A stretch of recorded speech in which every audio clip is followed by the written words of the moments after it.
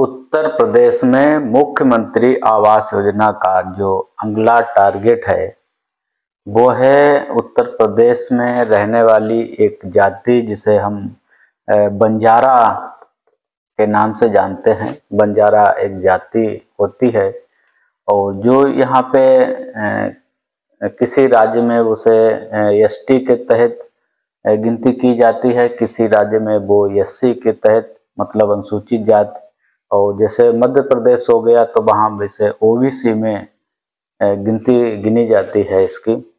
तो उत्तर प्रदेश सरकार द्वारा जैसा भी पिछले वर्ष में विकलांग लोगों को आवास का टारगेट किया गया था और उनका सर्वे कराकर उन लोगों को आवास दिया गया, तो इसी तरह अब अगला टारगेट है उत्तर प्रदेश सरकार का मुख्यमंत्री आवास योजना के लिए बंजारा जाति।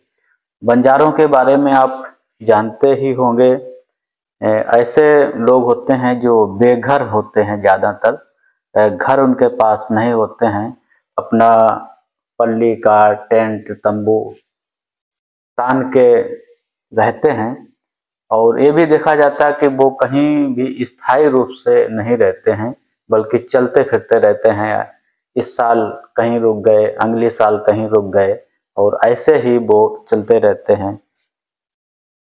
तो सरकार ये चाहती है कि ऐसे बेघर लोग जो प्रवासी के तौर पर इधर उधर बसते रहते हैं, जहाँ भी रह रहे हैं वो स्थायी रूप से रहने लगें, उनको भी छत मिल जाए और वो बेघर ना रहें, घर वाले बन जाएं।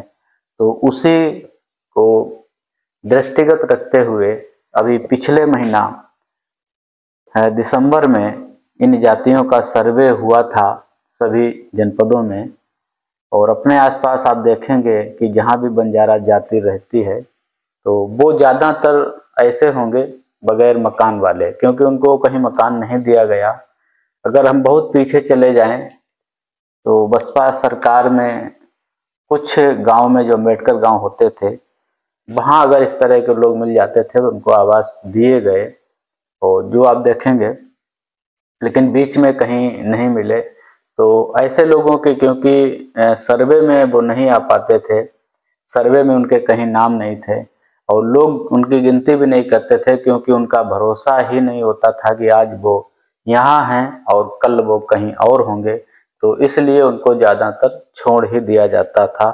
तो ऐसे बेघर लोगों को, ऐसे प्रवासी लोगों को सरकार मुख्यमंत्री आवास योजना के तहत आवास देने जा रही है।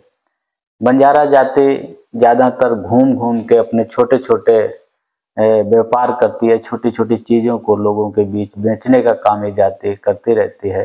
तो अपने व्यापार के हिसाब से वो इधर उधर शिफ्ट हो जाते हैं।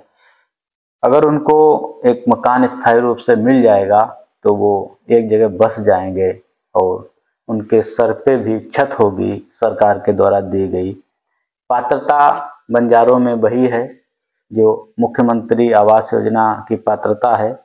सबसे प्रथम वही होता है कि व्यक्ति के पास कोई मकान नहीं होना चाहिए, किसी भी तरह का पक्का मकान नहीं होना चाहिए। तो सूचियां उनकी बनके जा चुकी हैं विकास खंडों पे, जनपद स्तर पर, राज्य स्तर पर उसका कलेक्शन भी हो चुका है और जल्दी ही ऐसे लोगों का रजिस्ट्रेशन किया जाएगा आवास के लिए। रजिस्ट्रेशन के बाद आवास उन्हें दे दिया जाएगा। तो ये छोटी सी जानकारी थी आप लोगों के लिए, जो भी बंजारा जाति के लोग हैं या आसपास आपके बंजारा जाति के लोग रह रहे हैं, तो आप ये सुनिश्चित कर सकते हैं कि क्या उनका सर्वे हुआ है या नहीं हुआ है। अगर नहीं हुआ है तो उनका सर्वे आप थोड़ा प्रयास करके करवा सकते हैं, उनको लाभ दिला सकते हैं। अगर चाहते हैं कि किसी बेघर को घर मिल जाए तो ऐसे लोगों के लिए सरकार प्रयासरत है। बेघर लोगों के लिए, विकलांग लोगों में भी अभी कुछ लोग छूटे हुए हैं जिनको आवास मिलना चाहिए था। उसमें बहुत बड़ी लापरवाही जो हुई है वो गांव पंचायत की हुई है। गांव पंचायत में जो प्रधान थे, सचिव थे, कई ऐसे लोग मेरे सामने भी आए जो विकलांग थे लेकिन गांव में उनको कोई जानता नहीं था कि वह व्यक्ति भी विकलांग है। काफ़ी महिलाएं ऐसी होती हैं जिन्हें गांव के लोग नहीं जानते हैं, घर से बाहर नहीं निकलती हैं, लेकिन वो विकलांग होती हैं। कुछ विकलांग ऐसे होते हैं जो चलने फिरने में लगते तो नहीं कि वो विकलांग हैं, और वो विकलांग होते हैं। तो इस तरह से काफ़ी लोग छूट गए हैं। कुछ लोग राजनीति की वजह से छूट गए हैं, कुछ लोग प्रधानों की वजह से छूट गए हैं, वोट की राजनीति की वजह से छूट गए हैं। लेकिन आप हताश निराश ना हो, सरकार की योजनाएं हैं, मौके आते रहते हैं। बस सजग रहिए थोड़ा, कि जब भी इस तरह की खबर मिले, आप अपने को प्रस्तुत करने के लिए, अपने को साबित करने के लिए कि हम आवास के लिए पात्र हैं, जिला पे भी संपर्क कर सकते हैं, ब्लॉक पे भी संपर्क कर सकते हैं। तो ये छोटी सी जानकारी थी बंजारा जाति के लिए। आगे उनके रजिस्ट्रेशन होने को हैं, उन्हें आवास दिए जाएंगे।